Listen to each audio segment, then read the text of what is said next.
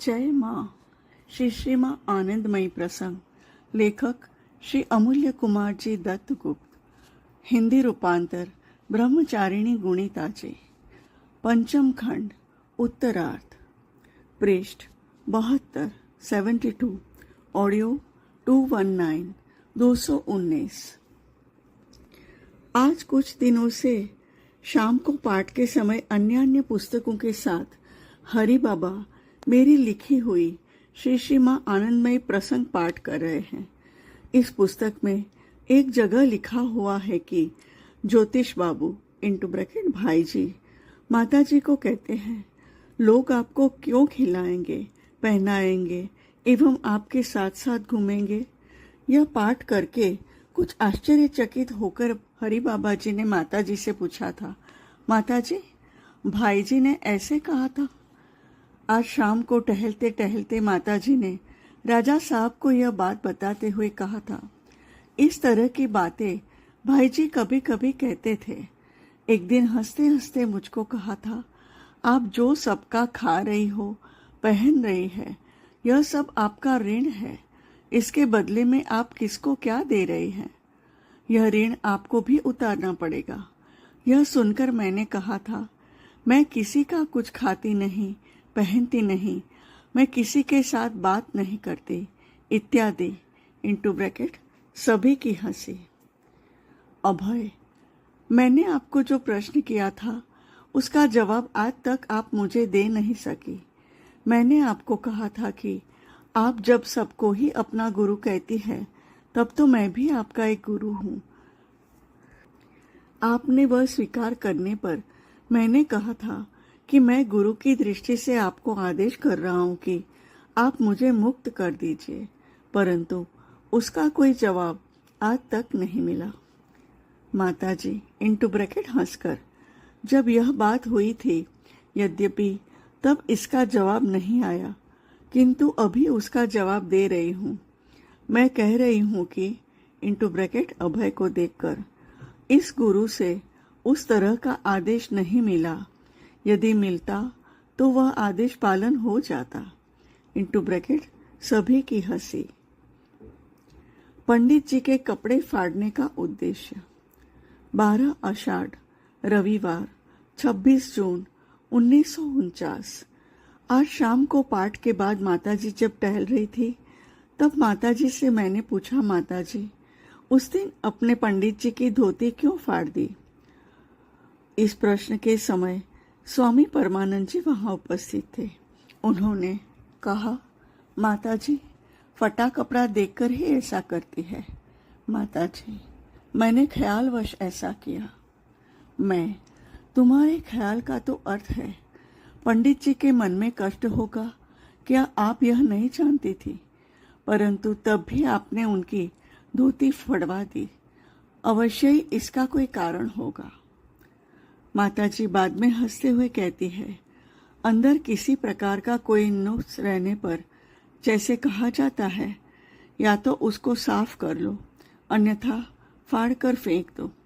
उसी तरह कपड़े के नुक्स को लेकर वह फाड़ डाला गया, कारण भीतर यदि थोड़ा भी छिद्र रहता है तो उसमें से ही अच्छे भाव बाहर हो जाते हैं, कुछ भी जम नहीं पाता। भीतर साफ करने के लिए ही बाहर कपड़े को लेकर इस तरह का व्यवहार किया जाता है। इसके अलावा पिताजी का नरम कपड़े के प्रति बड़ी ममता थी। बड़े जतन एवं सावधानी से वह उसकी संभाल करते थे, इसीलिए फाड़ दिया था। मैं, एक बार गोपाल जी की पत्नी काफी बीमार हो गई थी। उनको देखने आप जाती है और अपनी धोती फाड़ लेती है। इसका क्या कारण था? माताजी हंसकर, मैंने देखा, गोपाल जी की पत्नी की मृत्यु होगी ही, पर पत्नी के प्रति गोपाल जी की बहुत ही आसक्ति थी। इसीलिए मेरी धोती को फाड़कर उनसे कहा गया, इस तरह माया को खींचकर फाड़ डालना पड़ता है। मजे की बात तो यह हुई, जब इस तरह धोती फाड़कर फेंका गया, तब उस कपड़े का टुकड़ा गोपाल जी जतन से उठाकर रख लेते हैं। जो भी हो, उस बार उनकी पत्नी ठीक हो जाती है। इसके कुछ दिनों के बाद पुनः जब उनकी पत्नी को कैंसर हो जाता है, तब पत्नी की रोग यंत्रणा को देखकर गोपाल जी को ख्याल आया कि उक्त कपड़े का टुकड़ा जितने दिन तक रखा रहेगा उतने दिन उनकी पत्नी का देह त्याग नहीं होगा। अतः पत्नी को रोग यंत्रणा से मुक्ति दिलाने के लिए वह रोज ही यह सोचते थे कि आने वाले कल वह उस कपड़े के टुकड़े को फेंक देंगे, पर रात्रि प्रभात होने पर वह उसे फेंकने की बात नहीं सोच सकते थे। कुछ दिन ऐसे ही चलते रहे। आखिर एक दिन पत्नी की पीड़ा देख उनसे सहा नहीं गया। वह उस कपड़े के टुकड़े को पानी में या अन्य किसी अच्छे स्थान पर डाल देते हैं।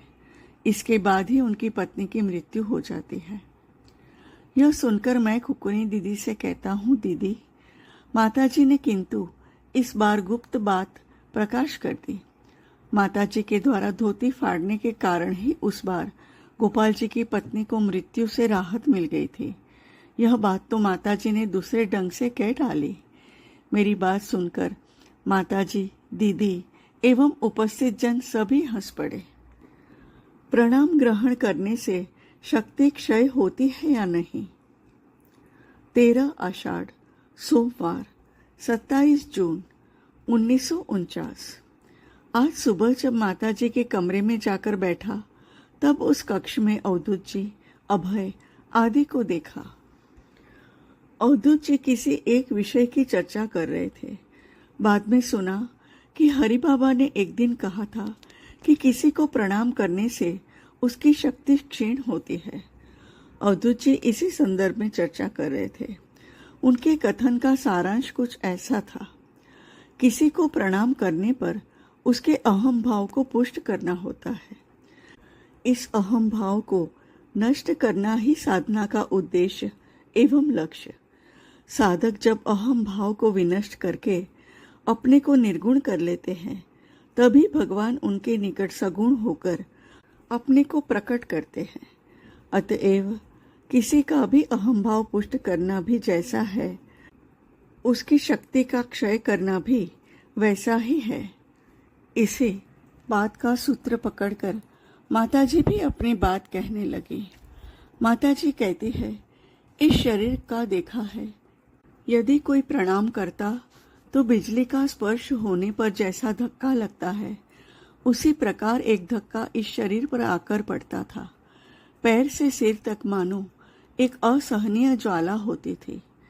ऐसा भी देखा कि पेड़ का तना काटने से पेड़ जैसे गिर जाता है, इस शरीर को प्रणाम करने पर यह शरीर भी उसी प्रकार गिर जाता है। और ऐसा भी देखा है कि कोई यदि दूर या पीछे से इस शरीर को प्रणाम करता, यह शरीर उनको न देखने पर भी सिर झुक जाता था। कोई यदि मेरा पैर छूकर प्रणाम करता तो मैं भी उसके पैर छूकर प्रणाम करती, एवं वह मेरा प्रणाम न लेकर किसी तरह भाग नहीं सकता था। ऐसी भी अवस्था है जब प्रणाम करने पर कोई परवाह ही नहीं है। इस अवस्था में शक्ति क्षय इत्यादि की बात ही नहीं आती। कोलकाता में अनेकों ने ऐसा कहा है कि इनकी जब आरती उतारी जाती है तब यह बाधा क्यों नहीं देती। यथार्थ में जो प्रणाम ग्रहण नहीं करते या अपनी आरती उतारने नहीं देते, उन पर लोगों का अच्छा भाव रहता है, पर जब चंदन लगाने या बुहारी झाड़ू की चोट देने में कोई पार्थक्य नहीं देखा जाता, तब प्रणाम ग्रहण करने या न करने का कोई अर्थ ही नहीं। यह सब कहते कहते माताजी आसन पर बैठकर बात करने लगती है। माताजी कहती है, पहले देखा है कि एक आसन में 4-5 घंटा बैठी हूँ। आसन बदलने का कोई भाव ही नहीं था। आसन कहने पर तो सुखासन ही समझा जाता है। आसन का अर्थ तो ऐसा नहीं है कि 2-3 घंटे एक भाव से बैठना। इसीलिए तब देखा है कि एक आसन में बैठी हूँ तो बैठी ही हूँ।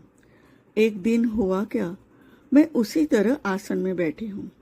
भोलानाथ पास में बैठकर तंबाकू ले रहे थे। उस तंबाकू की आग मेरे पैरों पर पड़ती है, पर उधर मेरा कोई ध्यान नहीं है। कुछ देर बाद वह हाथ देकर देखती हूँ कि कुछ ऊंचा उठा हुआ है। उसको हटाने के लिए खींचातानी करते करते वह गल जाता है और घाव बन जाता है। इतना कहकर माताजी हंसने लगती है। अभय, पहले आप इतनी देर एक भाव में बैठी रहती थी, अब तो देखते हैं कि आप बार बार आसन बदल कर बैठती है। ऐसा क्यों होता है? माताजी, दर्द के लिए। अभय, पीड़ा दर्द का अनुभव होने से तो मन है, ऐसा कहना पड़ेगा। जिसका मन नहीं होता उसका पीड़ा दर्द नहीं रहता।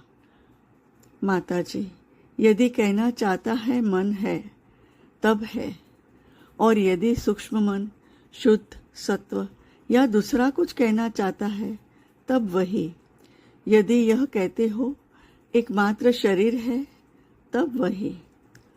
जिस देवी भागवत पाठ के उपलक्ष्य में हम सब सोलन आए हैं, आज से वह पाठ प्रारंभ हुआ।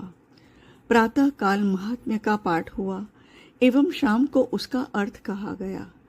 बाटू दादा ने ही पाठ किया। इसी के लिए राजा साहब के अनुरोध पर वह सपरिवार पधारे हैं। जय माँ, जय माँ। श्री माँ आनंदमयी प्रसंग। लेखक श्री अमूल्य कुमार जी दत्त गुप्त।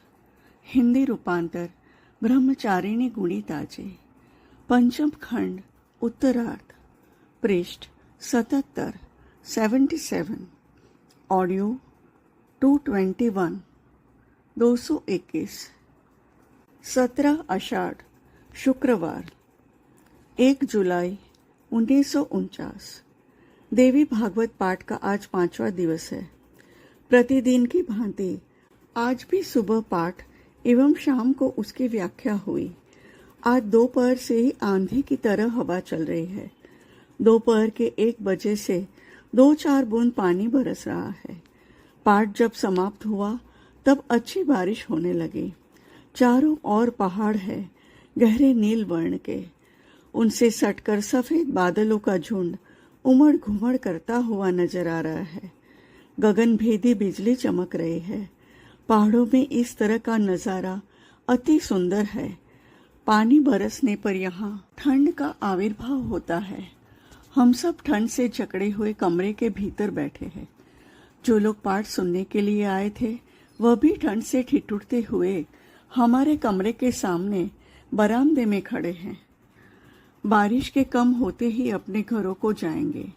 इतने में मनमोहन की छोटी लड़की आकर खबर देती है कि माताजी कमरे में बैठकर बातचीत कर रही है।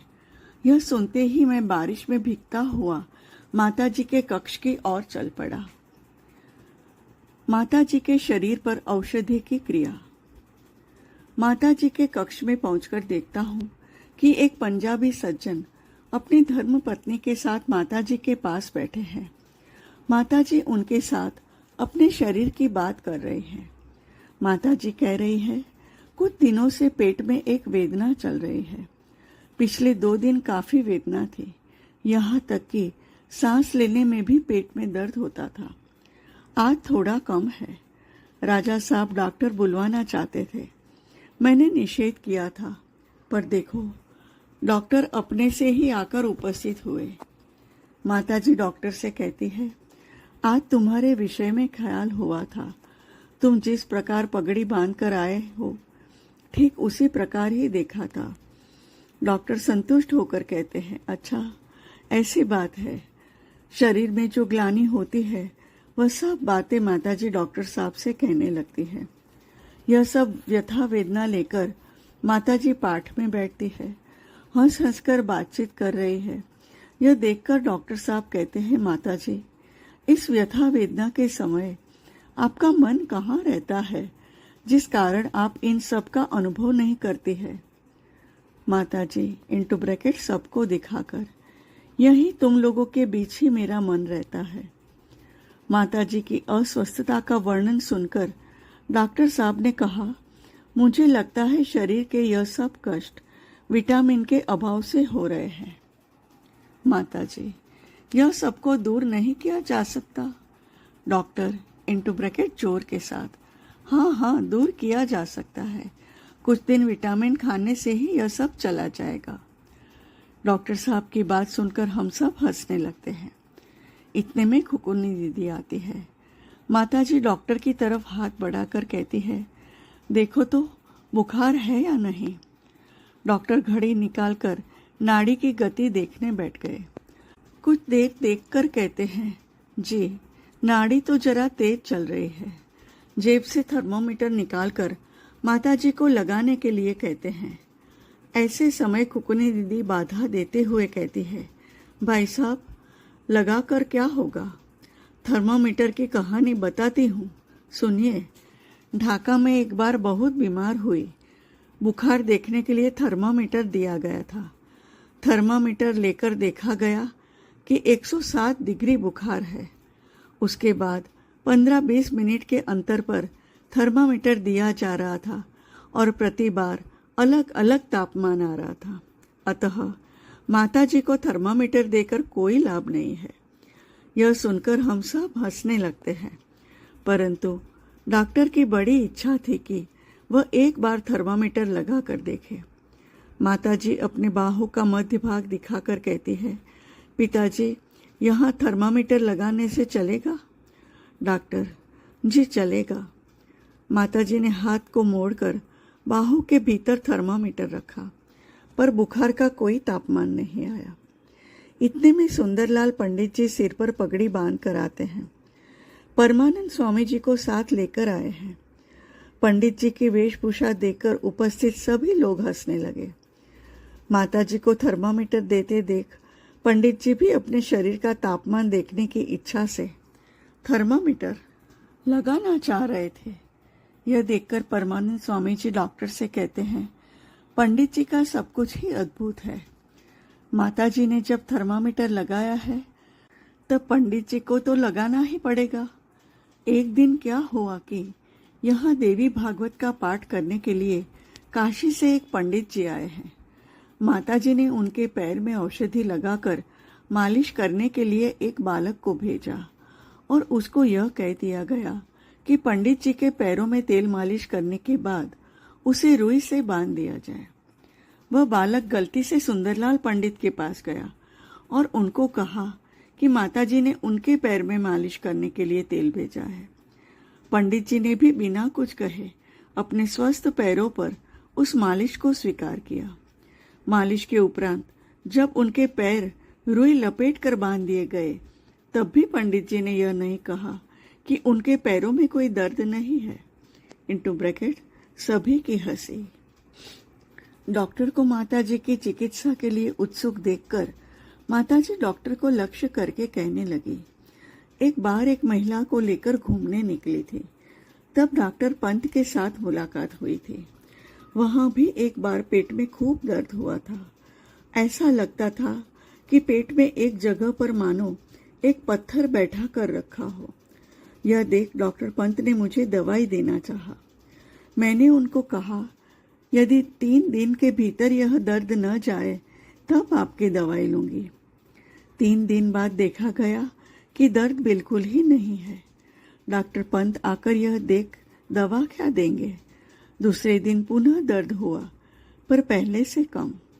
इस तरह दर्द अपने आप ही चला गया। इस समय डॉक्टर पंत को मैंने यह कहा था कि यदि औषधि लेती हूँ तो उनकी ही औषध लूंगी। इटावा के जिस कक्ष में मैं रहती थी उस कक्ष में एक तख्त के ऊपर मेरा बिछावन बिछा ही रहा था। एक दिन मैंने उस तख्त को हटाकर दूसरी तरफ रखने को कहा। जिस दिन ऐसा किया गया उसी दिन ही मैं देखती हूँ कि एक सांप जहाँ वह तख्त था उसके ही ऊपरी भाग में एक बांस का सहारा लेकर लटक रहा था। सांप काफी बड़ा था। रायपुर में परमानंद को काटने जो सांप आया था उससे यह काफी बड़ा था। मैं दूसरी तरफ से लेटी हुई सांप को देखने लगती हूँ।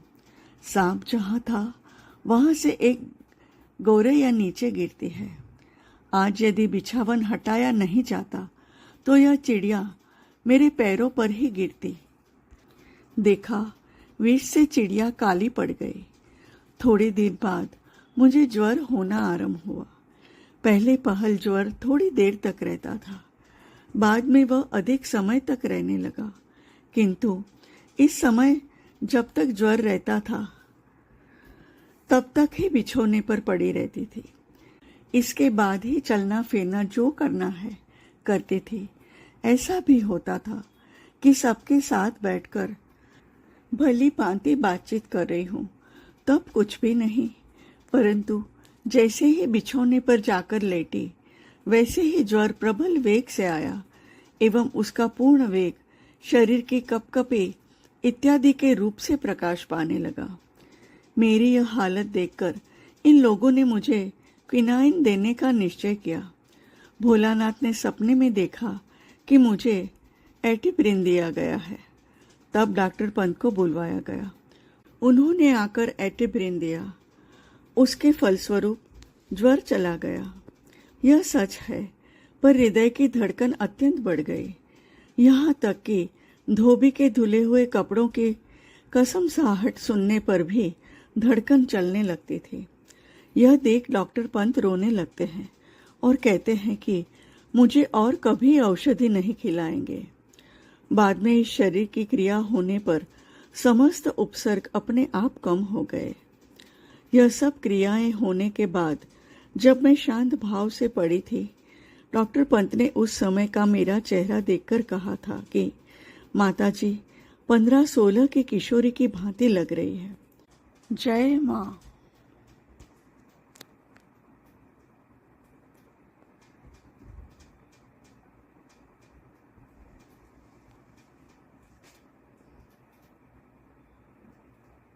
जय माँ। श्री माँ आनंदमयी प्रसंग। लेखक श्री अमूल्य कुमार जी दत्त गुप्त। हिंदी रूपांतर ब्रह्मचारिणी कुणिता जी। पंचम खंड उत्तरार्ध।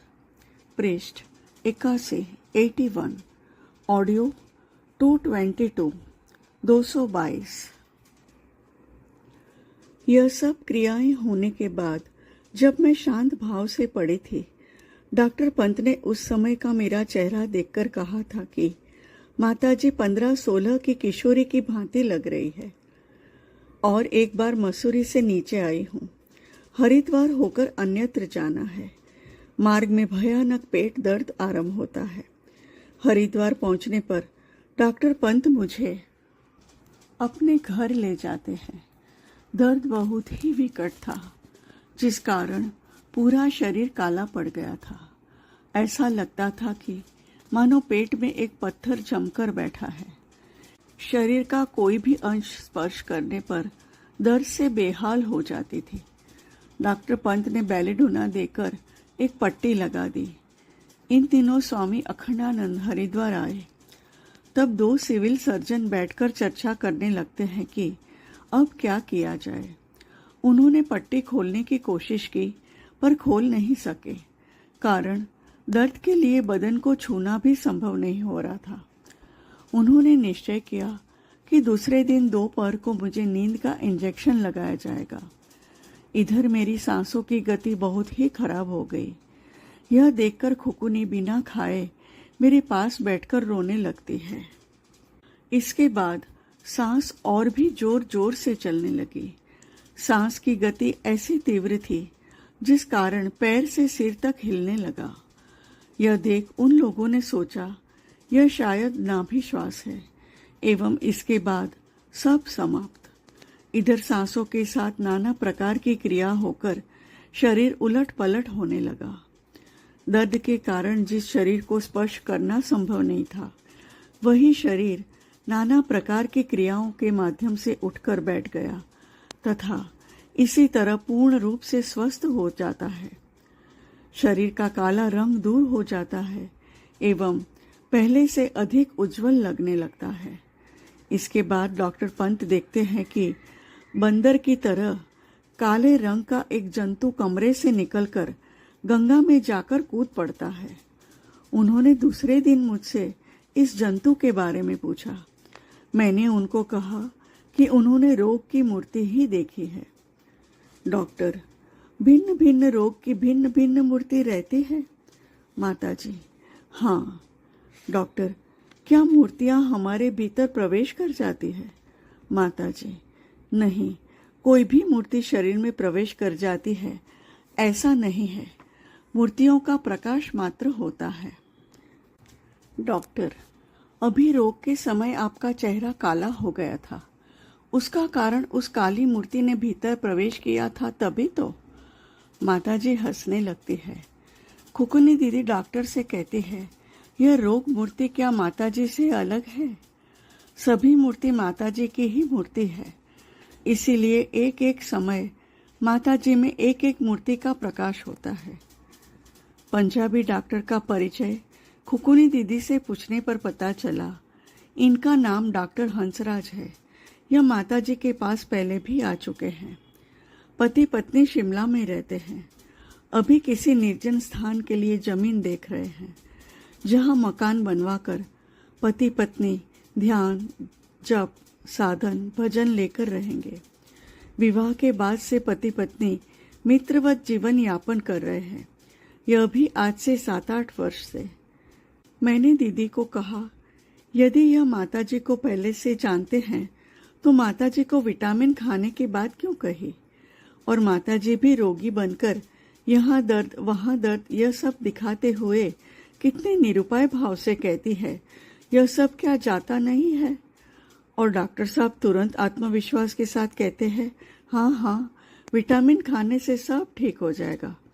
इंटू ब्रैकेट सभी की हंसी। दीदी, माताजी का तो ऐसा ही भाव है।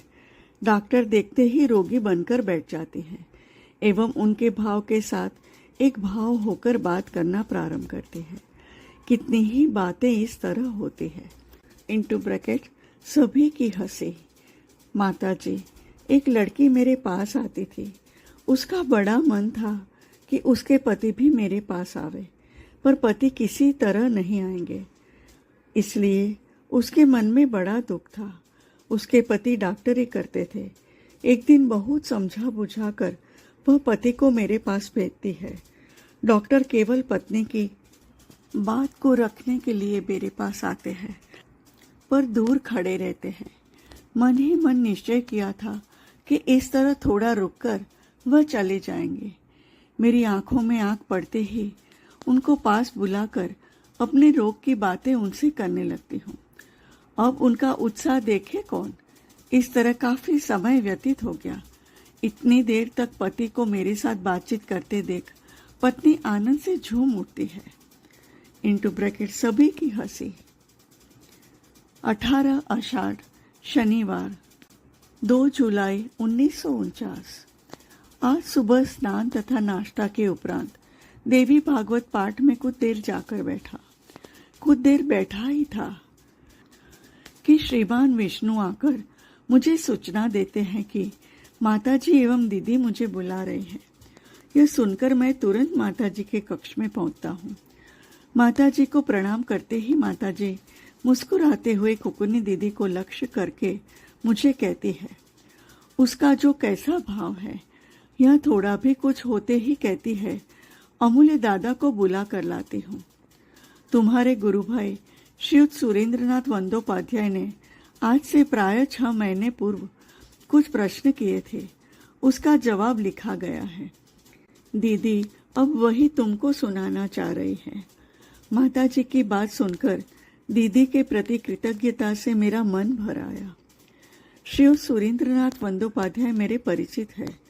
कुछ दिन हुए एक नातिन के वियोग से वह अत्यंत शोक संतप्त हुए हैं। जो प्रश्न उन्होंने रखे हैं वह सब इस वियोगांत घटना से ही आए हैं। यही प्रश्न उन्होंने गोपी बाबा से भी किए थे एवं उन्होंने जो उत्तर दिए थे उनसे भी मैं अवगत था। माताजी ने प्रश्नों का जवाब 2 तरह से दिया है, एक साधारण सरल भाव से और एक जवाब दार्शनिक दृष्टि से।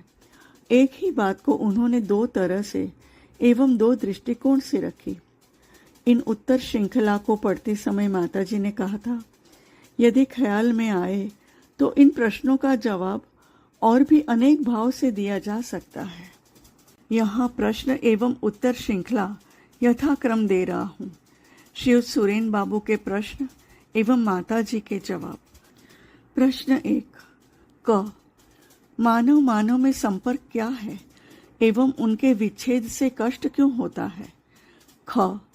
इसका प्रतिकार उपाय क्या है? ग. किस कारण से मानव मानव में संपर्क होता है एवं किस कारण विच्छेद होता है? घ. मानव मानव में आत्मा का संपर्क है या नहीं? यदि रहता है तो वह शाश्वत है या नहीं? मानव तो देह नहीं है, मानव का स्वरूप क्या है? उत्तर क. अपना संपर्क, अपने के लिए कष्ट होना तो स्वाभाविक है। जो अपना है चिर पुरातन नित्य नूतन। ख. वह जो अपना है उसको पाने की चेष्टा करना। चेष्टा होती है गुरु पर निर्भरता, गुरु का आदेश पालन। ग. प्रिय होने के कारण, प्रिय जहाँ है विच्छेद का प्रकाश भी तो वहाँ उसी को लेकर ही तो। जहाँ प्रिय वहीं पर ही तो विरह मिलन स्वाभाविक। घ. निश्चय ही एकात्मा, आत्मा तो नित्य शाश्वत, मनुष्य का सत्य स्वरूप, मन का होश अर्थात अति मानव। जय माँ। जय माँ। श्री श्री माँ आनंदमयी प्रसंग। लेखक श्री अमूल्य कुमार जी दत्तगुप्त। हिंदी रूपांतर ब्रह्मचारिणी गुणिता जी। पृष्ठ 86। पंचम खंड उत्तरार्ध। पेज 86। ऑडियो 223 223। एवं और क. जातीय विच्छेद से कष्ट क्यों होता है? एक जातीय होने एवं उपस्थित पूर्व और बाद के कामना वासना के संश्लिष्ट संयुक्त योगायोग से। ख. इसका प्रतिकार है कामना वासना से मुक्त होने की चेष्टा। जहाँ जाति का प्रश्न नहीं है, जाति का अर्थ ब्राह्मण क्षत्रिय वैश्य शूद्र नहीं है। स्वजातीय विजातीय तुम लोगों के तो अनेक तरह है। इन सब के मूल में जागतिक आकर्षण मोह इत्यादि है। प्रतिकार उपाय है इष्ट निष्ठा में प्रतिष्ठित रहने के लिए बिना विचारे गुरु वाक्य पालन। निरंतर एक उनकी चिंताधारा में मन जिससे जागृत रहे, ढूंढ ढूंढ कर उसके अनुकूल ग्रहण करना। ग. आत्मा तो अछेद्य, विच्छेद कहाँ? यह विच्छेद बोध, यही तो भ्रांति। संपर्क कब नए सिरे से हुआ था कि विच्छेद होगा? जहाँ जन्म होने से मृत्यु, वही मृत्यु होने पर जन्म दिखता मात्र है।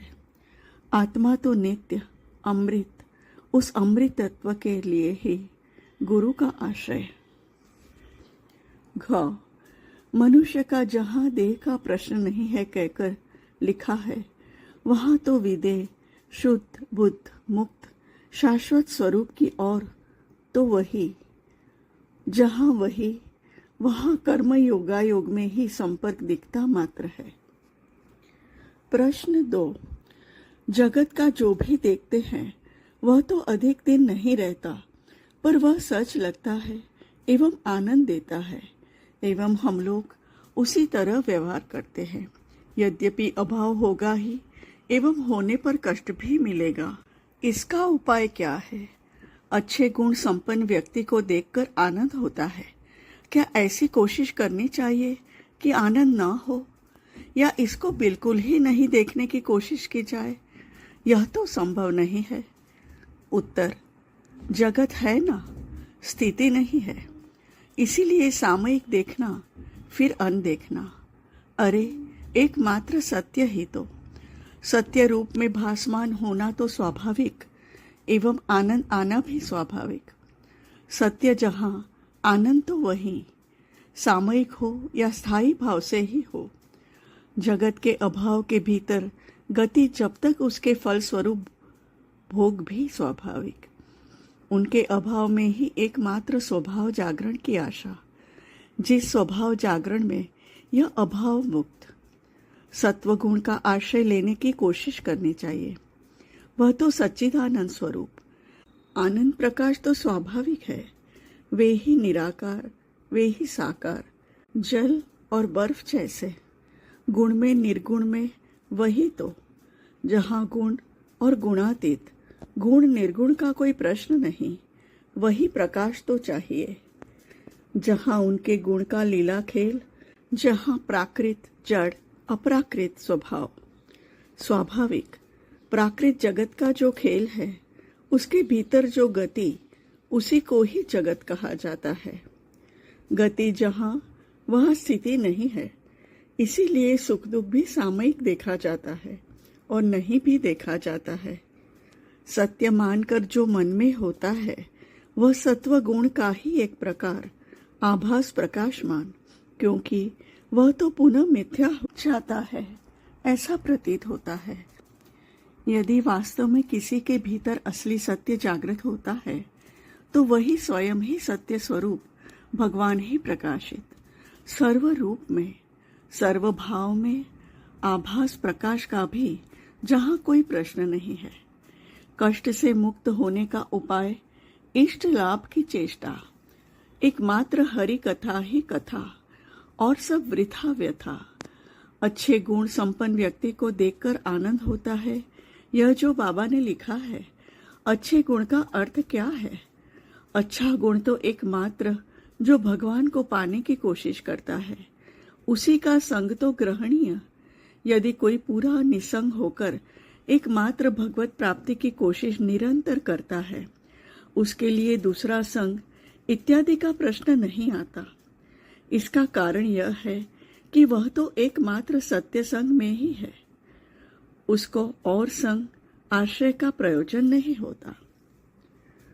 प्रश्न 3 क जो लोग शरीर छोड़ गए हैं, उनके संबंध में हम लोगों के न सोचने पर भी उनका अस्तित्व है या नहीं?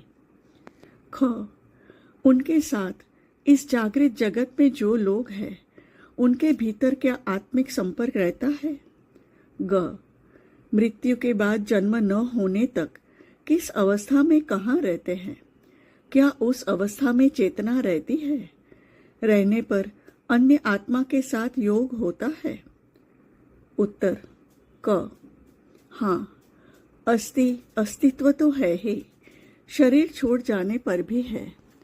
जो आने जाने की जगह से गए हैं, उसी तरह। किंतु ख हाँ, रहता है एक आत्मा ही तो, संपर्क असंपर्क रूप में।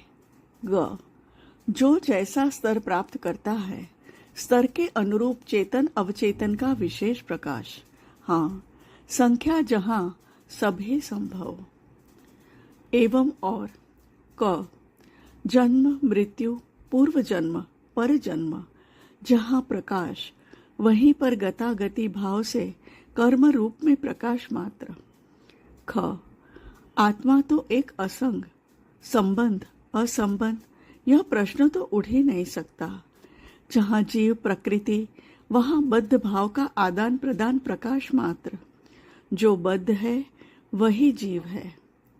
ग कर्मानुयायी जिसका जिसका निर्दिष्ट स्थान रहता है, क्योंकि निर्दिष्ट अनिर्दिष्ट स्थान जहाँ, उसी तरह चेतन अवचेतन का प्रकाश। असली तो चैतन्य का खेल ही तो सब। प्रश्न 4 क गुरु अथवा अन्य महापुरुष जो शरीर में नहीं है, उनका स्मरण या प्रणाम करने पर उनके पास पहुंचता है या नहीं?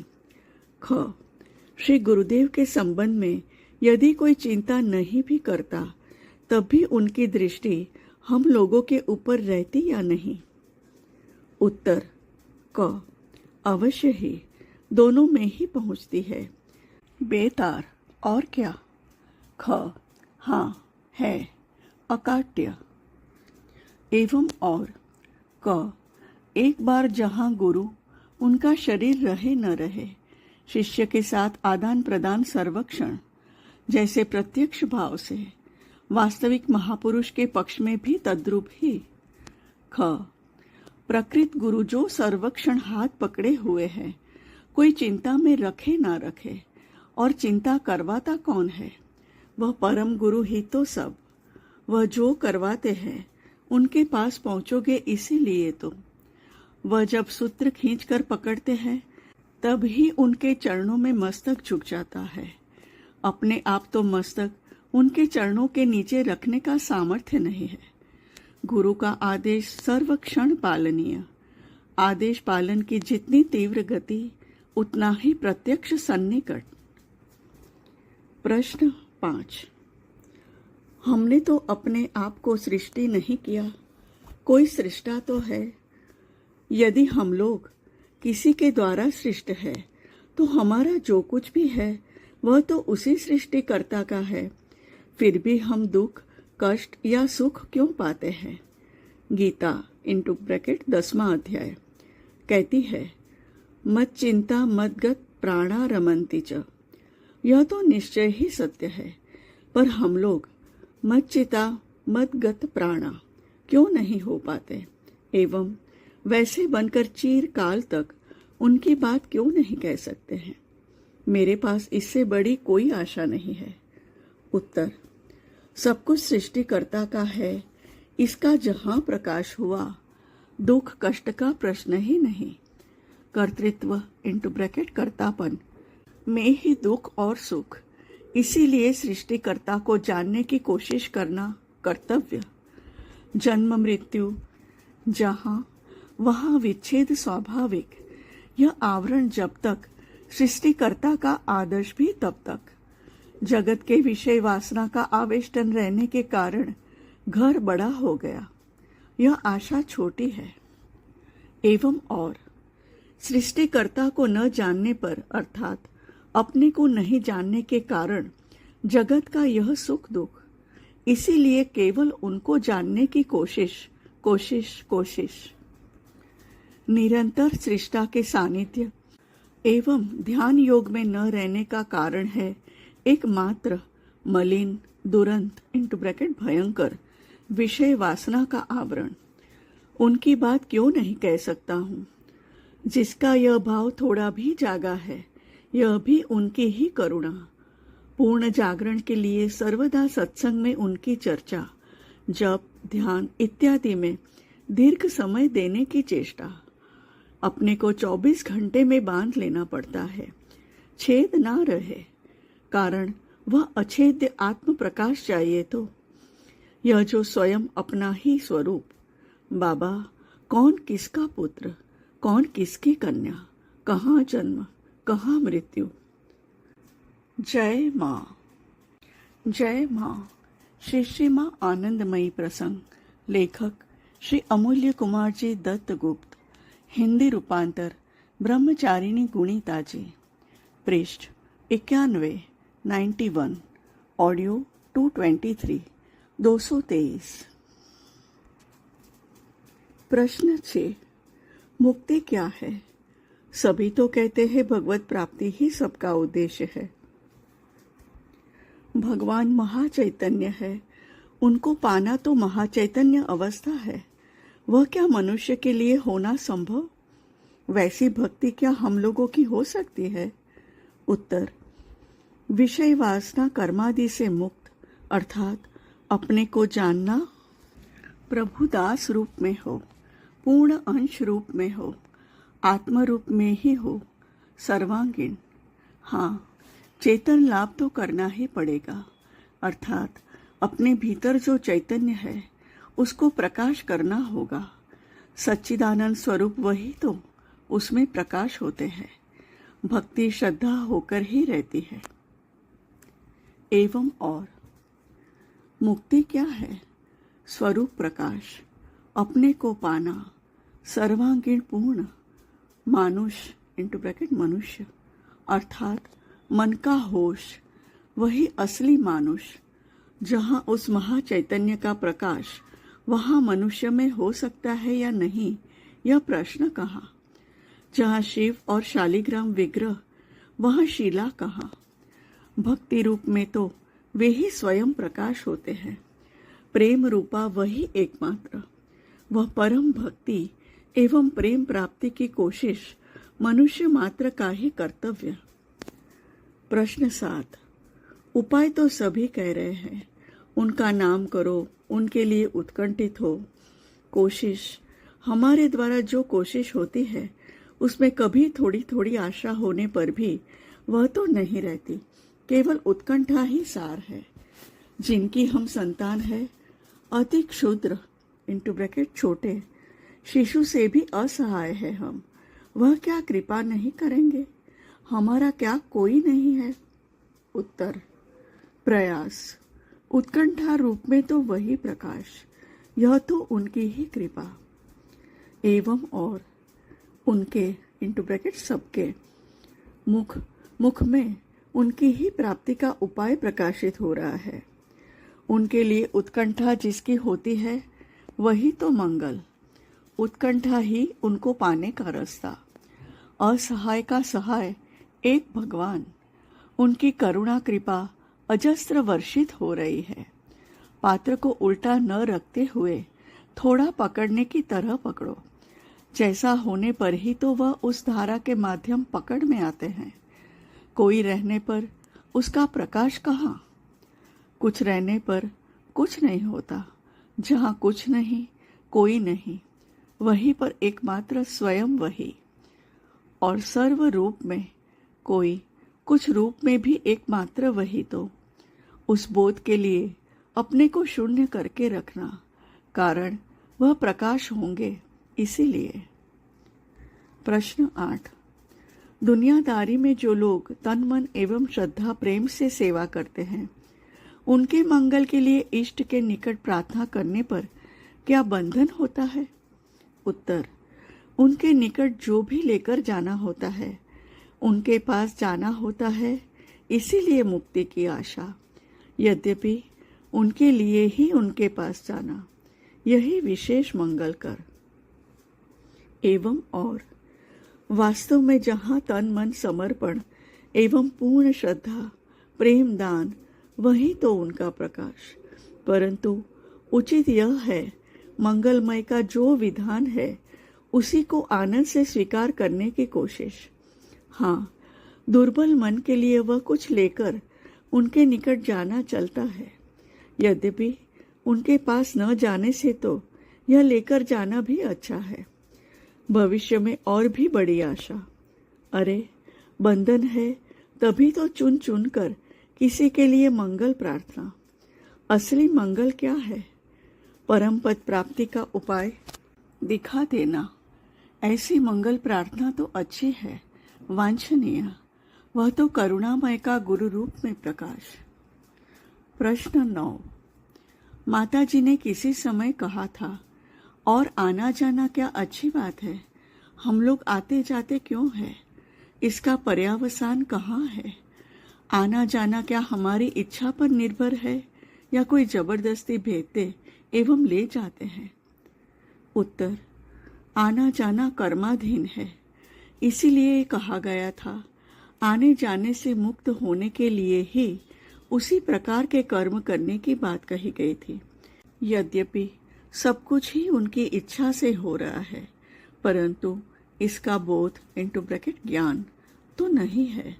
जिस बोध इंटू ब्रैकेट ज्ञान के लिए अपनी जितनी शक्ति है, ऐसा लगता है उतना ही काम में इंटू ब्रैकेट बोध होने के लिए लगाना। आने जाने का अंत भगवान को पाने से अथवा अपने को जान लेने पर सब कुछ तो उनका ही, वे ही जहाँ स्व इच्छा पर इच्छा अनिच्छा कहा जाता है, उस इच्छा रूप में जो आते हैं वह भी। एवं और स्व इच्छा अनिच्छा पर इच्छा, यह बात तो है ना। अब समझ लिया जाए स्व किसको कहते हैं। सत्य स्वरूप अर्थात वही जहाँ पर इच्छा अनिच्छा, यह तीन इच्छा को एक में परिवर्तित करना पड़ेगा। करना होने पर भी नहीं होगा, होना ही चाहिए। स्थान विशेष में इच्छाएं भिन्न भिन्न स्वभाव से देखी जाती है, अनुभव किया जाता है, मात्र वर्णना होती है। आने जाने का अंत निज प्रकाश। प्रश्न 10। जो महापुरुष विदेह हुए हैं वह कहाँ है? उत्तर, विदेह की बात जहाँ, वहाँ तो और कहाँ का प्रश्न ही नहीं। और यदि आने जाने की बात लेकर देहांत की बात होती है, उनके निज निज कर्मानुसार उस स्थान में। एवं और जो यथार्थ में विदेही है निज स्वरूप में, स्टेशन तो है ही, जो जितना चल सका वह उसी स्टेशन पर अथवा गंतव्य स्थान पर। प्रश्न 11। मनुष्य की मृत्यु के उपरांत जन्म से ही जिनके साथ मृत्यु के पूर्व संबंध था इनटू ब्रैकेट अंततः धर्म संबंध, उनके साथ ही पुनः आते हैं क्या? क्या कारण है कि हम लोग एक परिवार या एक आवेष्टनी इनटू ब्रैकेट घेरे में आते हैं? उत्तर, धर्म संबंध में भी जिनके साथ कर्म रह गया है वह भी आकर सम्मिलित हो सकते हैं। इधर विषय कर्म के संबंध में जिनके साथ योगायोग है वह भी एक आवेष्टनी में आकर सम्मिलित हो सकते हैं।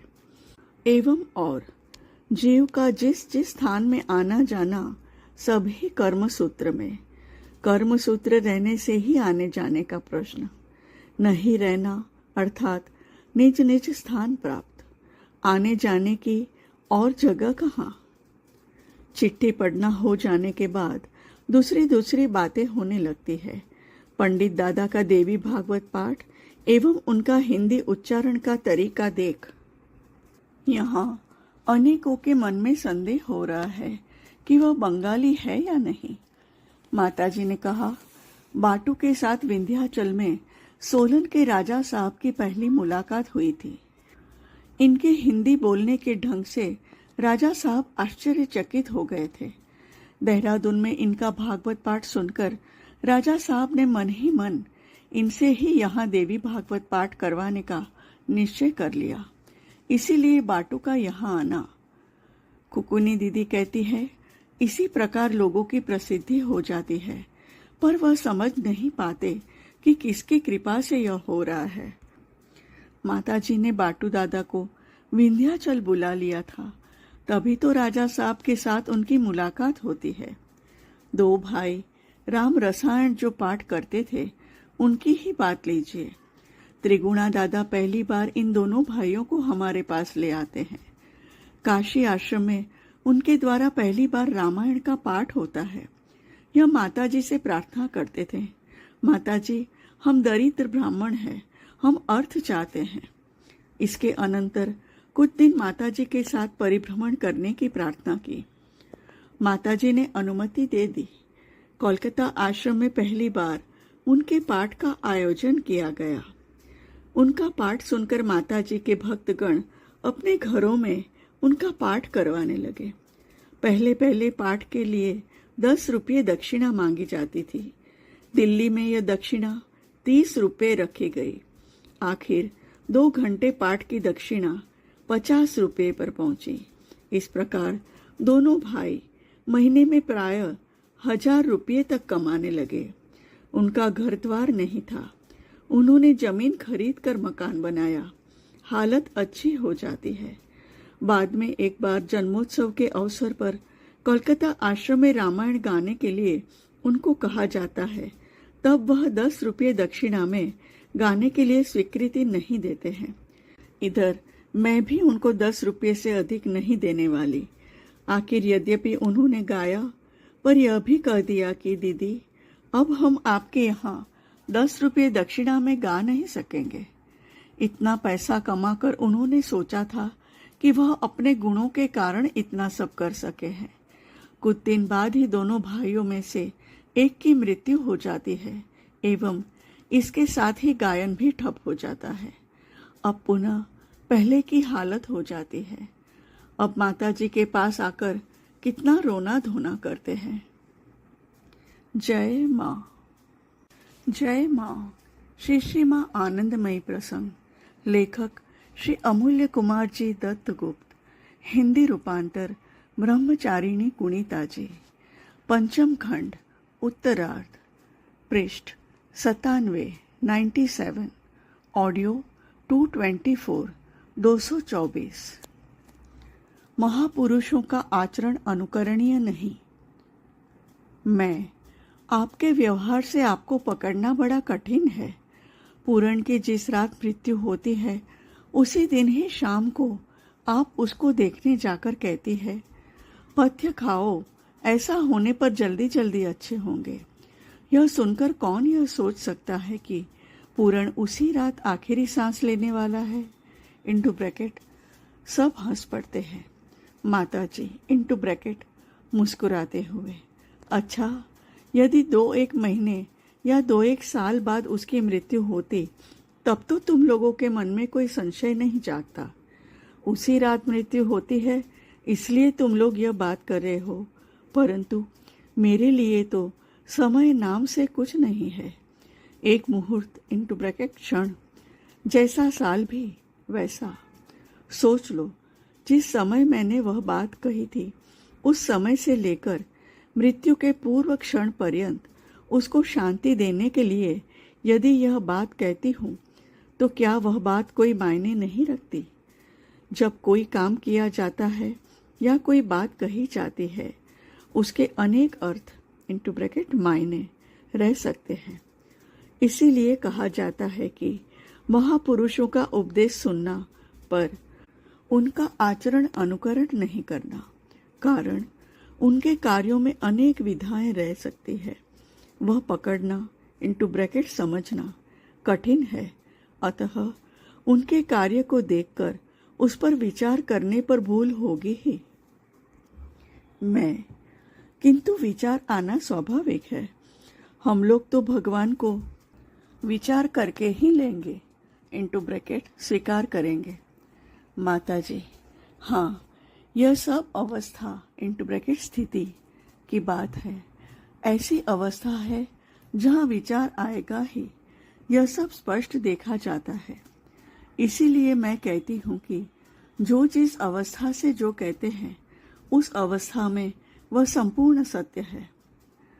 चर्चा के चलते माताजी पुनः कहने लगती है, कहावत है ना, महापुरुषों का बेताल में पैर नहीं पड़ा, अर्थात उनके द्वारा कोई मिथ्या व्यवहार नहीं होता। अनेक समय ऐसा लगता है कि उनकी बातें झूठ हो गई, परंतु भली भांति विचार करने पर देखा जाएगा कि वह झूठ नहीं है। वास्तविक तथ्य तो यह है कि सच झूठ कुछ नहीं है। सच झूठ जिसे कहा जाता है वह तो दुनिया की दृष्टि से, कारण वस्तु जब एक ही है तब और उसका सच झूठ कहकर बंटवारा कैसे किया जा सकता है। इस शरीर को अनेक समय ऐसा ख्याल होता था कि इस शरीर से किसी प्रकार की मिथ्या भाव भाषा प्रकाश न हो, इसीलिए वहां से लोटा लेकर आओ ऐसा न कहकर कहा जाता था, वहां यदि लोटा है तो लेकर आओ, कारण वहां से लोटा लेकर आओ कहने पर जिसको यह बात कही गई वह यदि जाकर देखे कि वहां कोई लोटा नहीं है तब तो वह सोचेगा कि मेरी बात झूठी हो गई। ऐसी अवस्था भी है यदि कहती हूँ लोटे को ले आओ, तब वहां यदि कोई लोटा ना भी रहे तो यह बात कहने के साथ ही साथ एक लोटे की सृष्टि हो जाएगी। गुरुकरण एवं दीक्षा का फलाफल। यह चर्चा जब चल रही थी तब पंडित सुंदरलाल जी आकर बैठे थे। उन्होंने माताजी से पूछा, किसको गुरु बनाना पड़ता है? माताजी ने कहा, जिसके निकट तुम्हारा मस्तक श्रद्धा से झुक जाएगा उसी को ही गुरु कर लेना। पंडित जी, विचार करके देखने पर ऐसा व्यक्तित्व जो स्वरूपावस्था में स्थित है ऐसा नहीं लगता।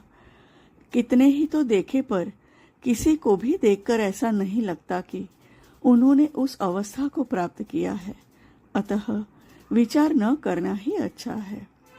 माताजी, विचार बिना किए उपाय भी नहीं है। विचार या प्रश्न अभाव बोध से ही आते हैं। छोटे छोटे बच्चों की हालत देखते हो ना, वह भी अपना अभाव बोध जताते हैं। भूख लगने पर वह मुंह खोलकर दूध लेते हैं, भूख न लगने पर वह दूध नहीं लेते। अभाव बोध के रहते इस प्रकार ग्रहण वर्जन शैशव से ही चलता रहता है।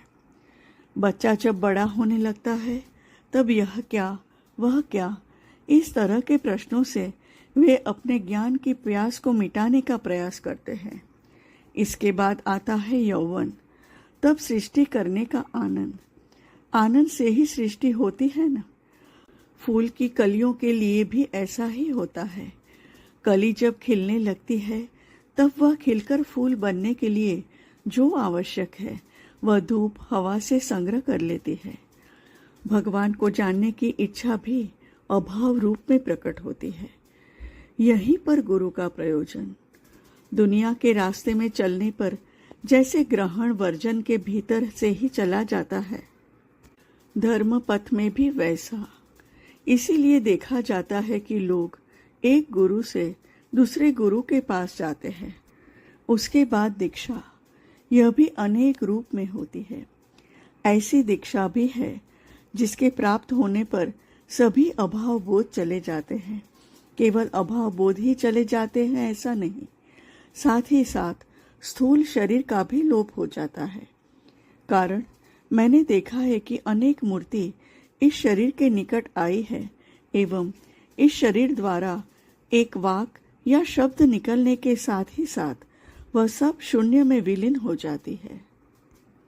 मैं आपसे दीक्षा पाकर जैसे सूक्ष्मदेही शून्य में विलीन हो गए। माँ, यह शरीर तो किसी को दीक्षा नहीं देता। मैं, अच्छा, आपसे वाक या शब्द पाकर जैसे सूक्ष्मदेही शून्य में विलीन हो गए हैं, इसी तरह स्थूल देहधारियों के लिए भी कभी ऐसा हुआ है?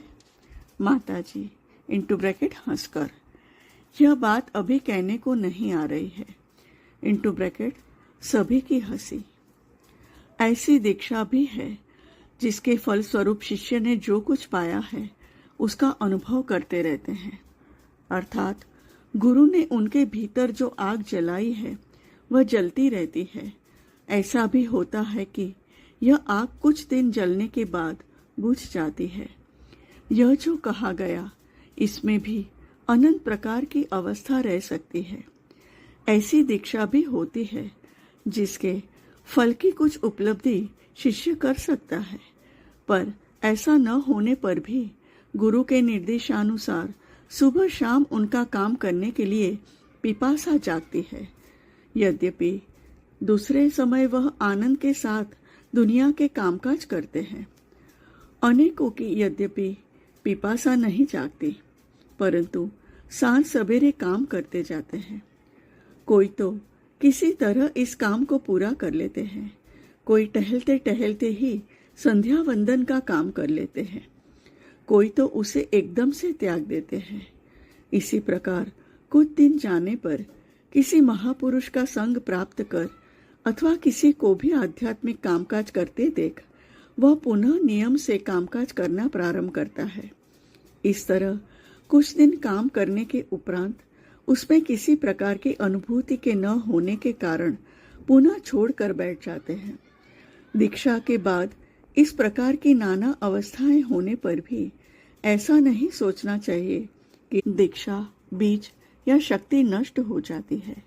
बीज भीतर ही रह जाता है एवं इस जन्म में यदि किसी प्रकार की पिपासा या अनुभूति नहीं भी जागती है तो अगले जन्म में वह जाग सकती है। पेड़ के बीज अनेक समय जमीन पर सड़ जाते या नष्ट हो जाते हैं। दीक्षा का बीज कभी भी नष्ट नहीं होता। अनेकों के लिए ऐसा भी देखा जाता है कि दीक्षा एक के पास होती है और शक्ति दूसरे से प्राप्त होती है। इस शक्ति संचार करने में दीक्षा का प्रयोजन नहीं होता। दृष्टि द्वारा भी यह दी जा सकती है एवं जिसको यह दी जाती है वह कुछ भी समझ नहीं सकता। कृपा इस तरह नाना प्रकार से आ सकती है। ऐसा भी होता है गुरु अनेक समय विपथगामी शिष्य को कष्टों के माध्यम से इस पथ पर खींच कर ले आते हैं। उसको इतनी विपदा आपदा में डाल देते हैं कि वह बाध्य होकर यह कहने लगता है, भगवान रक्षा करो।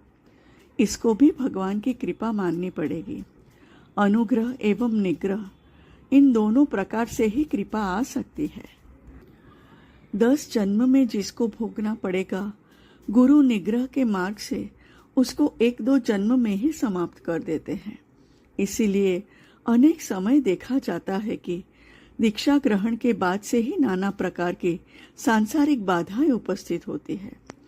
इंटू ब्रैकेट पंडित जी के उद्देश्य से। अब तुम्हारे प्रश्न का जवाब हुआ? पंडित जी: हाँ। इन सब बातों में दिन के प्राय 11 बज जाते हैं। माताजी आहार के लिए उठ जाती हैं। हम लोग भी प्रणाम करके चले आते हैं। जय माँ। जय माँ। श्री श्री माँ आनंदमयी प्रसंग। लेखक श्री अमूल्य कुमार जी दत्त गुप्त। हिंदी रूपांतर ब्रह्मचारिणी गुणिता जी। पंचम खंड उत्तरार्ध। पृष्ठ 101 101। ऑडियो 226 226। 20 आषाढ़ सोमवार 4 जुलाई 1949। आज सुबह जब माताजी के पास जाकर बैठा तब वहां चिट्ठी पढ़ने का कार्यक्रम चल रहा था। क्रमशः एक एक चिट्ठी माताजी को पढ़कर सुनाई जा रही थी। उसका जवाब क्या देना है, इस संदर्भ में माताजी 2-1 बातें कह रही थी। माताजी ने खुकुनी दीदी से कहा, तुम लोग इन चिट्ठियों को बांट लेना। कुछ चिट्ठियां तो ऐसी होती है जिनमें प्रयोजनीय कुछ नहीं रहता। ऐसी चिट्ठियां मुझको पढ़कर न सुनाते हुए केवल मौखिक बता देना। कुछ ऐसी भी है जिनमें प्रश्न रहते हैं। यहाँ केवल प्रश्न मुझे बता देने से चलेगा। अनेक समय प्रश्न न रहने पर भी अनेक जन अपने मन के आवेग से बहुत कुछ लिख देते हैं। इनको अवश्य पढ़ने की जरूरत है। इसके बाद दूसरी बातें होने लगती है। मैंने माताजी से प्रश्न किया, माताजी सभी देवता क्या ज्ञानी होते हैं? माताजी: यह बात तुमको किसने कही? मैंने ऐसा सुना था। जो भी हो वह मैं छोड़ देता हूँ, पर ब्रह्मा विष्णु महेश्वर ज्ञानी है यह निसंदेह है। परंतु पुराणों में उनके संदर्भ में जो कथा कही गई है उसे सुनकर उनको ज्ञानी मान लेना संभव नहीं होता। कारण मोहिनी मूर्ति देखकर शिव पागल हो जाते हैं। ब्रह्मा की भी अपनी कन्या को देखकर धैर्यच्युति होती है। यह कैसे होता है? देवी भागवत में देवताओं की जो कहानियां आजकल सुन रहा हूँ वह भी इसी प्रकार की है। साधारण दृष्टि से विचार करने पर इसको अज्ञानी माना जा सकता है। माताजी, इसका जवाब भी अनेक तरह से दिया जा सकता है। एकमात्र वही तो ब्रह्मा विष्णु शिव इत्यादि अनंत रूप में है। दूसरी दृष्टि से देखने पर ब्रह्मा विष्णु शिव पृथक है। उनकी पृथक मूर्ति है, स्थान है एवं क्रिया है। इस दृष्टि से उन्होंने जिस जिस स्थान पर रहते हुए जो जो क्रियाएं की है वह भी उस अवस्था में हो सकती है। वह ज्ञानी होते हुए भी अज्ञानी की भांति काम कर सकते हैं एवं इसके लिए अनुताप भी कर सकते हैं। वह जब एक होते हुए भी अनंत रूप में है तब उनकी शक्ति का खेल भी अनंत होगा। इसमें आश्चर्य की क्या बात। एक बीज से वृक्ष होता है एवं वही अनंत वृक्ष बीज फल रूप में देखा जाता है। एक पेड़ के 2 पत्ते भी एक जैसे नहीं होते, 2 फल भी एक तरह के नहीं है। इन सब फल से यदि पुनः पेड़ होते हैं तब वह भी एक ही तरह के नहीं होंगे। इस दृष्टि से जिनको हम देवता कहते हैं उनमें भी शक्ति का पार्थक्य है। कोई कोई देवता मुक्ति दे सकते हैं, ज्ञान दे सकते हैं, उनमें यह सब शक्ति है, तभी तो वह यह दे सकते हैं। अन्य छोटे छोटे देवता भी है जो धन इत्यादि दे सकते हैं किंतु मुक्ति नहीं दे सकते। तुमने जब महादेव की बात रखी एवं प्रश्न कर रहे हो कि मोहिनी मूर्ति देखकर पागल क्यों हो जाते हैं, तब इसी बात को पकड़ लिया जाए। तुम देख रहे हो यहाँ महादेव अज्ञानी की भांति व्यवहार कर रहे हैं, अतः उनमें ज्ञान का रहना संभव नहीं है। किंतु यह भी तो हो सकता है कि महादेव मोहिनी रूप में हरि को ही देखते हैं एवं इसीलिए उनको आलिंगन करने के लिए अधीर हो जाते हैं। अतः देवताओं की जो जो लीला शास्त्रों में वर्णित है, उसका अर्थ लोग अपने अपने संस्कार के अनुरूप नाना प्रकार से कर सकते हैं। ज्ञानी एक प्रकार से उसका अर्थ करेगा, अज्ञानी दूसरे प्रकार से उसका अर्थ करेगा। श्री कृष्ण के संदर्भ में भी देखते हो ना, उन्होंने कितने विवाह किए थे एवं गोपिनियों के साथ भी उनका संबंध था। सामान्य व्यक्ति के लिए इसका अर्थ समझना कठिन है। श्री कृष्ण भगवान थे, इसीलिए उनके लिए यह संभव हुआ था। अतएव कहा जाता है, भगवान के लिए कुछ भी दोष दृष्टि का कारण नहीं है। भगवान के लिए 60,000 गोपिनियों का रहना संभव है। दूसरी दृष्टि से देखा जाए तो देखोगे यह सब उनकी शक्ति के सिवाय और क्या है। जहाँ शक्ति की क्रिया है वहाँ आकृति भी है एवं शक्ति का वैषम्य भी है। भिन्न भिन्न खंड शक्ति लेकर भगवान इस प्रकार लीला करते हैं। लीला ही जब करना है तब वह एक तरह की नहीं हो सकती, कारण उसमें विचित्रता नहीं रहती। उसी दिन देवी भागवत में सुना है ना, जो शक्तियां देवताओं में विस्तृत हुई थी वही एकत्रित होकर एक देवी मूर्ति के रूप में प्रकट होती है एवं वह असुर का संहार करती है। यह देवी ही कौन है? यह तो वही वे ही खंड शक्ति के रूप में देवताओं में विस्तृत हुई थी एवं वही समस्त शक्ति को संहत कर एकीभूत होती है। और असुर ही कौन है? यह भी तो वही असुर बनी है एवं वही असुर वध कर रही है। अनेक समय लोगों को दुख कष्ट में हाहाकार करते देखा जाता है। यह देखकर कोई यह सोच सकते हैं कि भगवान निर्दय अथवा पक्षपाती है, पर यह दुख कष्ट हाहाकार देखकर वह यह समझ नहीं पाते कि यह दुख कष्ट भी मंगल के लिए ही है। भगवान पकड़ में आए हैं तभी तो उन्होंने अपने को इस हाहाकार रूप में प्रकाशित कर रहे हैं। जब तक लोग सीमा के भीतर रहते हैं तब तक वह एक ही तरफ लेकर बात किए बिना रह ही नहीं सकते। इसीलिए प्रश्न उठता है, भगवान ने इस प्रकार सृष्टि क्यों किया? दूसरे प्रकार क्यों नहीं किया? परंतु उन लोगों की इच्छानुसार सृष्टि यदि दूसरी तरह भी होती तो भी उनके प्रश्नों का अंत नहीं होता। भगवान की जो लीला या कीर्ति हम लोग देख रहे हैं उसका यथार्थ अर्थ हम समझ नहीं सकते एवं नहीं समझने के कारण उसकी नाना प्रकार से समालोचना करते हैं। जब पूर्ण ज्ञान होता है तब देखा जाता है कि किसी में भी द्वंद्व नहीं है। जब तक दो रहता है तब तक यह विरोध। यह द्वैत बोध जब मिट जाता है तब कुछ भी सामंजस्य विहीन या अर्थशून्य नहीं प्रतीत होता है। इस प्रकार बड़ी देर तक बात करने के बाद माताजी ने कहा, अब जरा पाठ की जगह जाकर बैठती हूँ। खुकुनी दीदी कहती है, थोड़ा शक्ति संचार करने जा रही है। यह सुनकर माताजी मुस्कुराती है। माताजी भागवत पाठ के स्थान पर जाकर बैठती है। हम लोग भी कुछ देर तक बैठे रहते हैं। दोपहर को जब बाटू दादा के साथ मुलाकात होती है तब मैं उनसे कहता हूँ, दादा आज पाठ के समय आपकी कैसी हालत हुई थी? सो रहे थे क्या? बाटू दादा, नींद तो रोज ही आती है, परंतु आज तो मानो पूरी ताकत लगाकर भी अपने को बचा नहीं सका। पिछली रात बेटी की बीमारी के कारण सो नहीं सका था। प्रति क्षण ऐसा लग रहा था मानो नींद में झूमते झूमते गिर पड़ूंगा। आज शायद अपयश से बचने का कोई उपाय नहीं है। ऐसे समय माताजी आकर बैठी। आश्चर्य की बात है, माताजी के आकर बैठने के साथ साथ मेरी तंद्रा मानो हट गई एवं मैं तो माताजी की गोद में बैठा हूँ। मुझे डर कैसा? यह भाव तन मन को झकझोर देता है। इसके बाद तेज के साथ आखिर तक पाठ चलाता गया।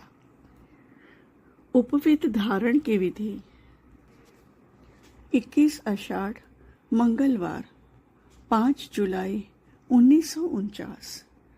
आज दिन के 10 बजे माताजी के निकट जाकर बैठता हूँ। आज भी सुबह से चिट्ठी पढ़ना एवं जवाब लिखने का सिलसिला चल रहा था। 2 साधुओं को माताजी के पास बैठा देखता हूँ। यह दोनों जुड़वे भाई है एवं दोनों ही काषाय वस्त्रधारी है। उनमें से एक के उद्देश्य से माताजी ने कहा, तुम्हारे माथे पर वह क्या है? साधु महाराज माथे पर हाथ रखकर देखते हैं कि उनका उपवीत वैसे रखा हुआ है। उन्होंने हंसकर कहा, स्नान के समय उसको माथे पर रखा था, भूल गया और वह वहीं पर रखा रह गया। माताजी, जनेऊ कितना लंबा था? साधु, यह लंबा है, अब इसको तह लगाकर रखा है। माताजी, खोलो तो देखो। साधु उसको खोलने की कोशिश करने लगते हैं। माताजी, उपवीत को इस प्रकार गांठ देकर रखना दोष माना जाता है। जब उपवीत की गांठ खोली जाती है तब देखा गया कि उसमें मात्र 3 सूत है।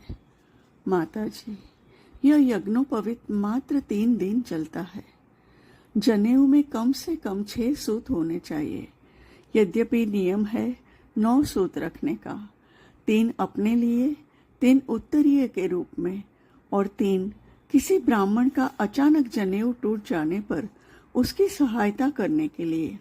अतः 9 सूत में से अपने लिए 6, कोई कोई ऐसा भी कहता है कि इन 6 सूतों में से 3 अपने लिए और 3 धर्म पत्नी के लिए।